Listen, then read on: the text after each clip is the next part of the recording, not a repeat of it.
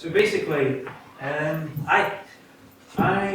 was in AirTV from pretty much my second week onwards, and then in my second year and third year I was head of features, and then my last year, which was 2016 to 2017, I was station manager.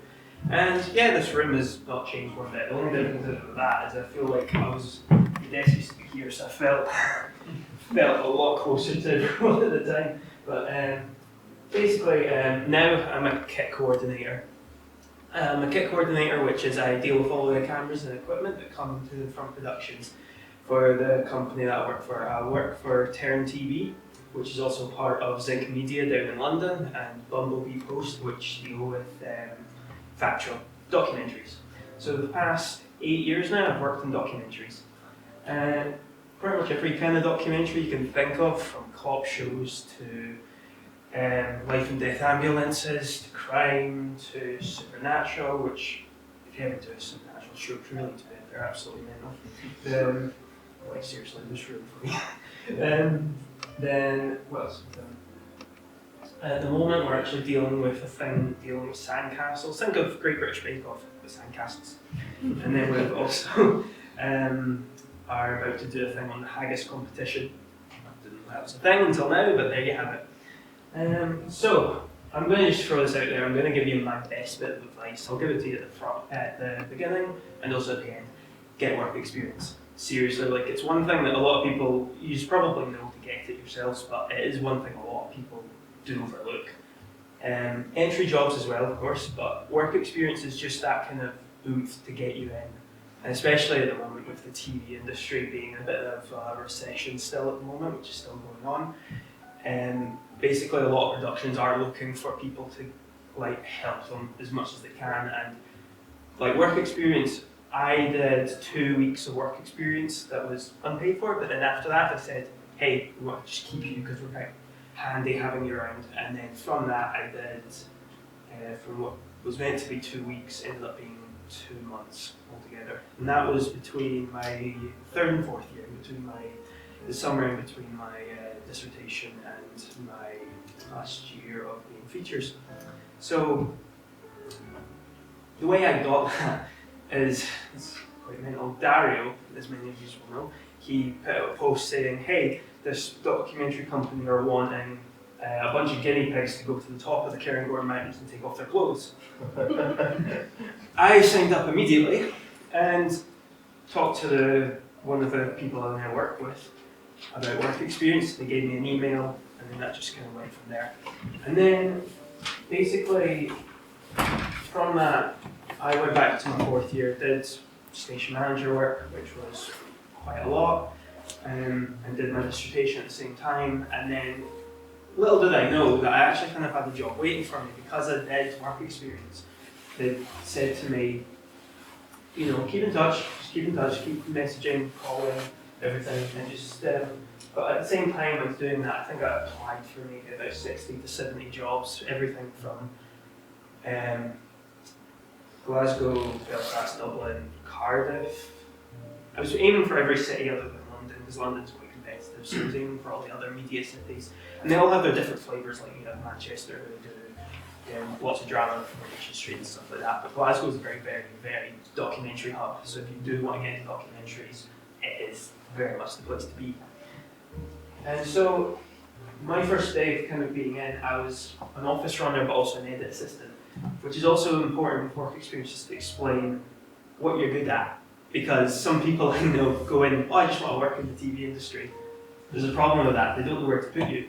And they might put you in a role that you're actually not good at, and then that's that ruined. But if you say to them, I do want to do editing one day, I do want to work in camera, like I did, they eventually will put you in things, they'll put you in shoots, and then before I knew it, I think for the next 2 years, I was just on the road constantly. If you like going on shoots and you like travelling, you really do need to like travelling because you're going to do a lot of it. Because I was actually meant to be here last year doing this, but I got pulled onto a shoot up north, and that's just what happened. So yeah, you are going to go pretty much on your own time.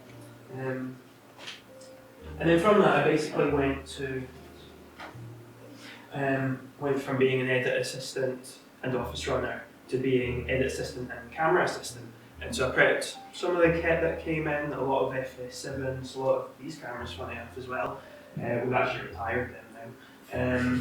We now have FX9s, FX6s, a shit ton of GoPros, like so many GoPros. Yeah, directors break them a lot, like a lot.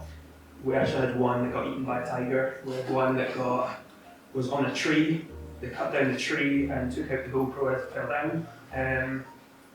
Yeah, all kinds of kits. So we've now got, I think, 17 FX9s that I pretty much take in, prep, fix, make sure it works out, and send out again, sewing lenses, and just keep sending them out. And I used to work on maybe about 3 or 4 shows at a time, and then there came a point in 2019, 2020, tail end the pandemic. I think we did in 1 year about 35 shows, which is a lot. There was one period, I think, in one to 2 weeks, we were doing about 18 shows, which is quite so many. Like, just dealing with all that kit is a lot. And with that, I had quite a few assistants actually helping me. And like things like that are actually very good entry points to get into. And then from that,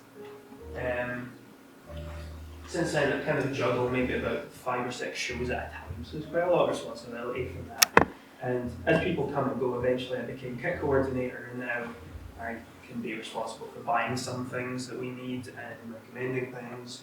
And then also I go on shoots as well. So on a lot of studio shoots, like this, you'll have various cameras, you'll have many cameras hanging from things, and you'll have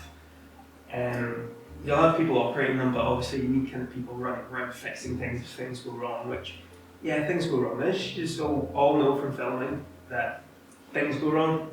Yeah, the TV industry is actually very much the same. The only difference is from a regular student shoot that you guys probably do every now and again is that a TV shoot is the exact same. The only difference is the equipment's bigger, there's more money involved, and everyone's older than you. That's the only difference. But from that, like entry points into the industry, there's lots of Facebook groups, and also just word of mouth, because they do remember. Because everyone, especially in the Scottish industry, all seem to know each other, and I've definitely found that as well. And once you're in there, you will get word of mouth of everything. They'll give you little tips, just keep asking them, hey, I want to know how you do this, why do you do it this way? And don't annoy them, but do keep asking questions, because they do like people to ask them any advice, because they like giving it, but also they like to know that, hey, this person's interested and wants to get there somewhere. But from that, once again, like I can't stress it enough, but do get work experience. It really does, like, it's helped me a lot. I've worked now for 8 years straight, pretty much, and it is something that really will, like, open your doors. And yeah, that's what I mean.